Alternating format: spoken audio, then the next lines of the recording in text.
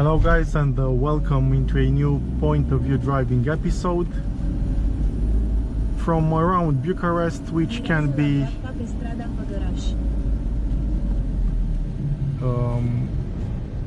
resembled to a larger village. If you want to know what Bucharest is, just like so, a larger village. Now the GPS took me on a different road compared to last time, but eventually I will still get there in the same manner, in a faster way, on these small streets.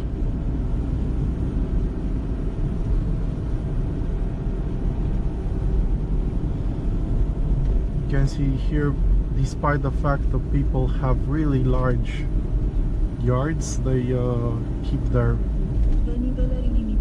cars outside in the street.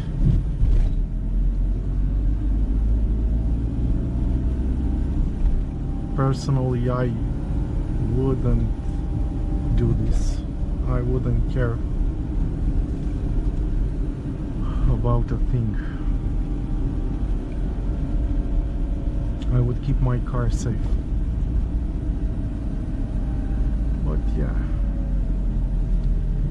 În 300 de metri, virează la stânga pe drumul județean 200, șoseaua Ștefănești. So this is Ștefănești de jos, Lower Ștefănești.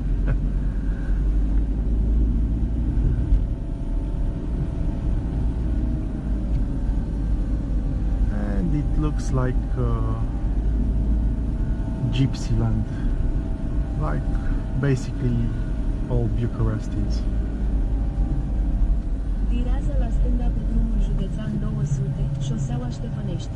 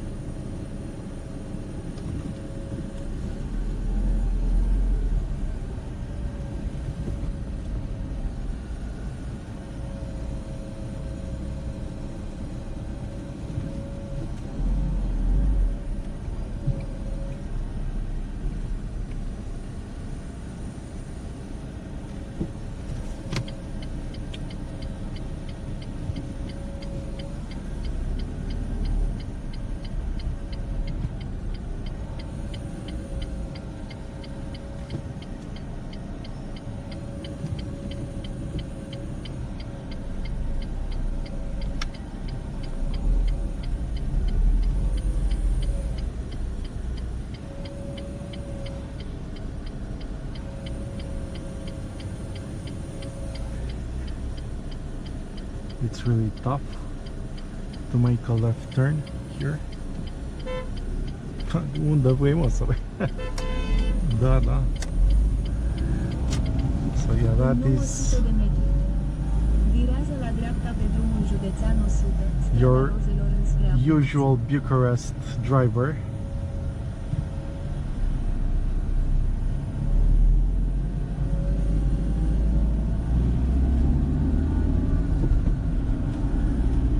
Okay, so now we pass a lake right here.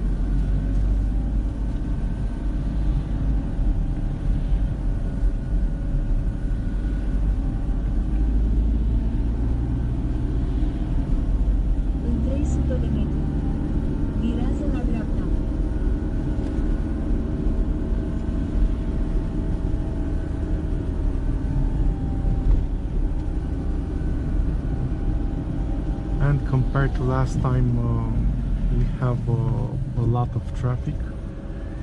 Here, look how beautiful this old house is, but unfortunately it is abandoned.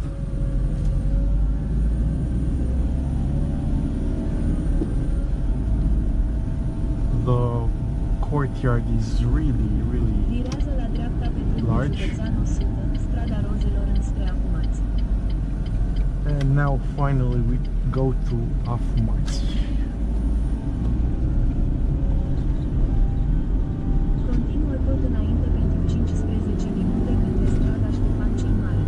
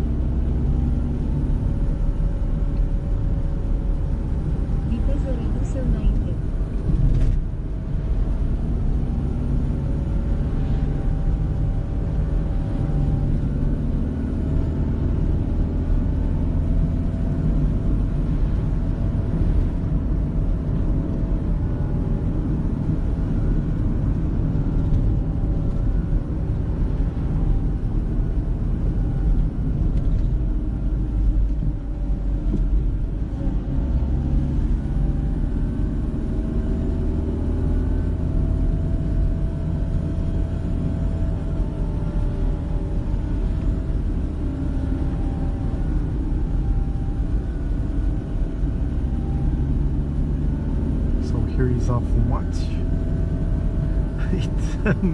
In translation it would be smoked. There must be some reason behind these names.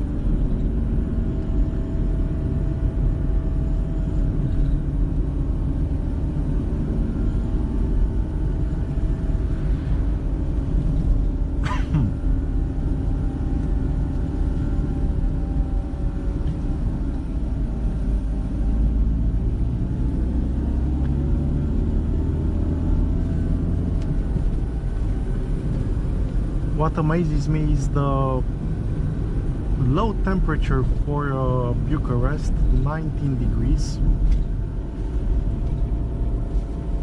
Usually here in this time it was way hotter. Rerutare. Salveți 2 minute via drumul național 2 și eviți acumularea de trafic de pe ruta actuală.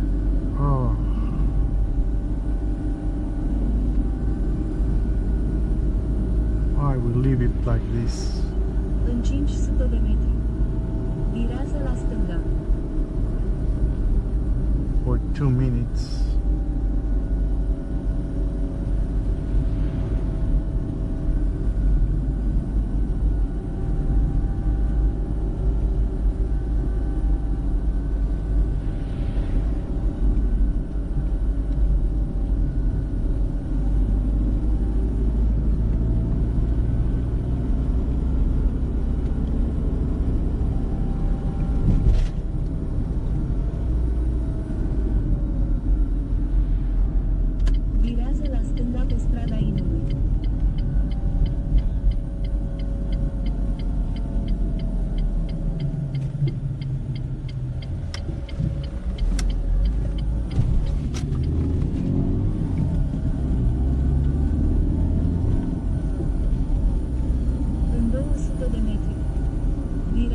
dreapta pe strada Traian.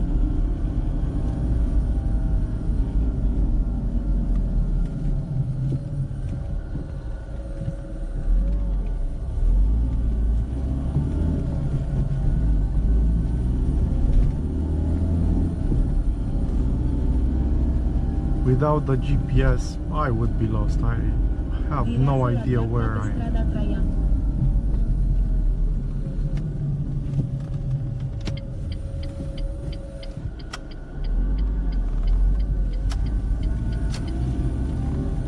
În 400 de metri. La sensul giratoriu ieși prin a doua ieșire pe drumul național 2 înspre Uziceni.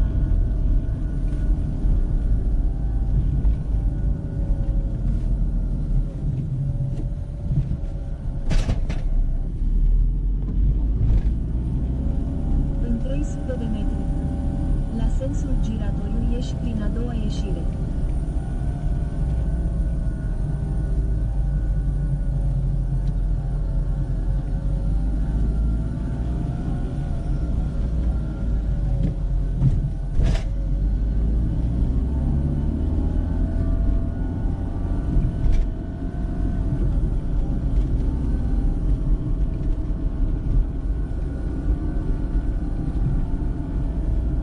La sensul giratoriu ieși prin a doua ieșire pe drumul național 2 înspre Uziceni.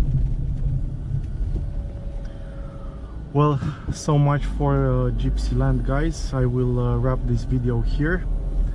Thank you so much for watching. I wish you all the best. May you have a pleasant time in traffic, and I'll catch you in the next episodes. Take care wherever you are, and bye bye. În 5